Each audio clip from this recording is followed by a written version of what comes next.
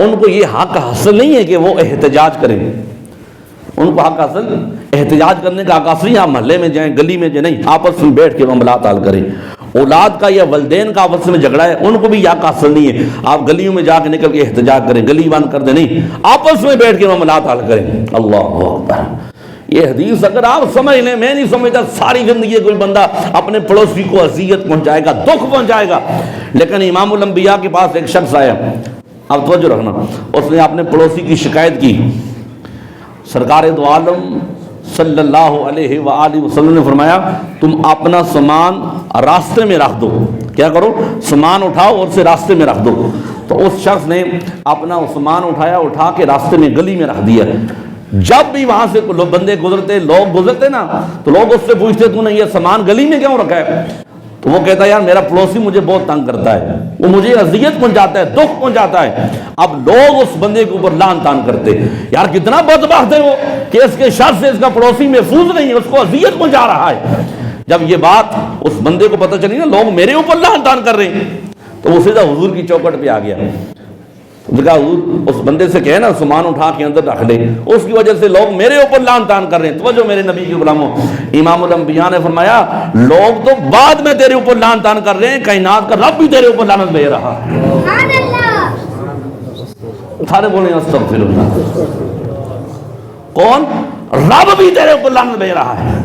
پھر جب وہ آیا اس نے توبہ استغفار کی، پھر امام الانبیاء نے آپ جو اس غلام سے فرمایا جاؤ اپنا سامان اٹھا لے، گھر میں رکھ، اب تیری کفایت ہو چکی ہے۔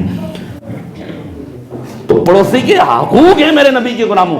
اب یہ جو بات ہے، یہ جو حدیث مبارکہ ہے، کیونکہ آپ مسجد میں آتے ہیں ہر بندہ اپنی ماؤں بہنوں بیٹیوں والا بیٹھا ہے، اللہ سب کی عزتوں کی حفاظت فرمائے۔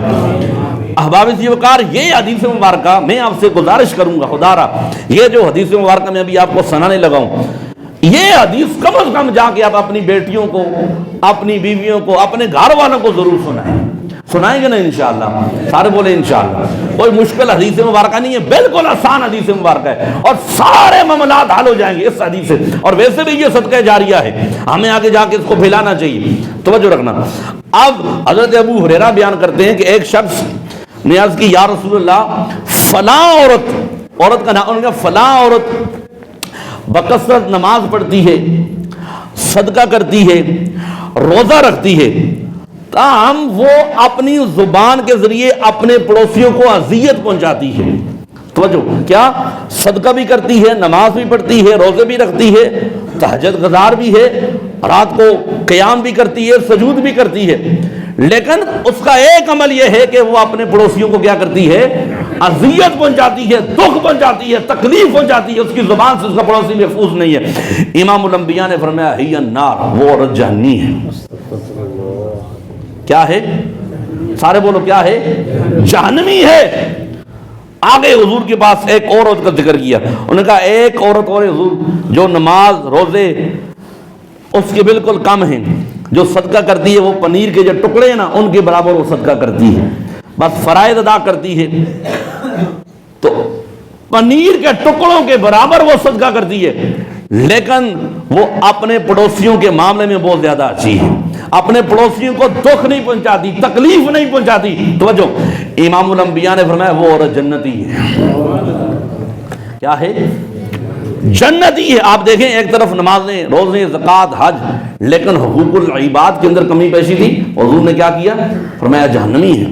اور دوسری طرف فرمایا یہ بے شک صدقہ کم کرتی ہے، نماز روزہ زکوٰۃ کا اہتمام کرتی ہے لیکن کم کرتی ہے، لیکن پڑوسیوں کے حق میں ٹھیک ہے۔ امام الانبیاء نے فرمایا اللہ اس عورت کو جنت کے اندر داخل فرمائے گا۔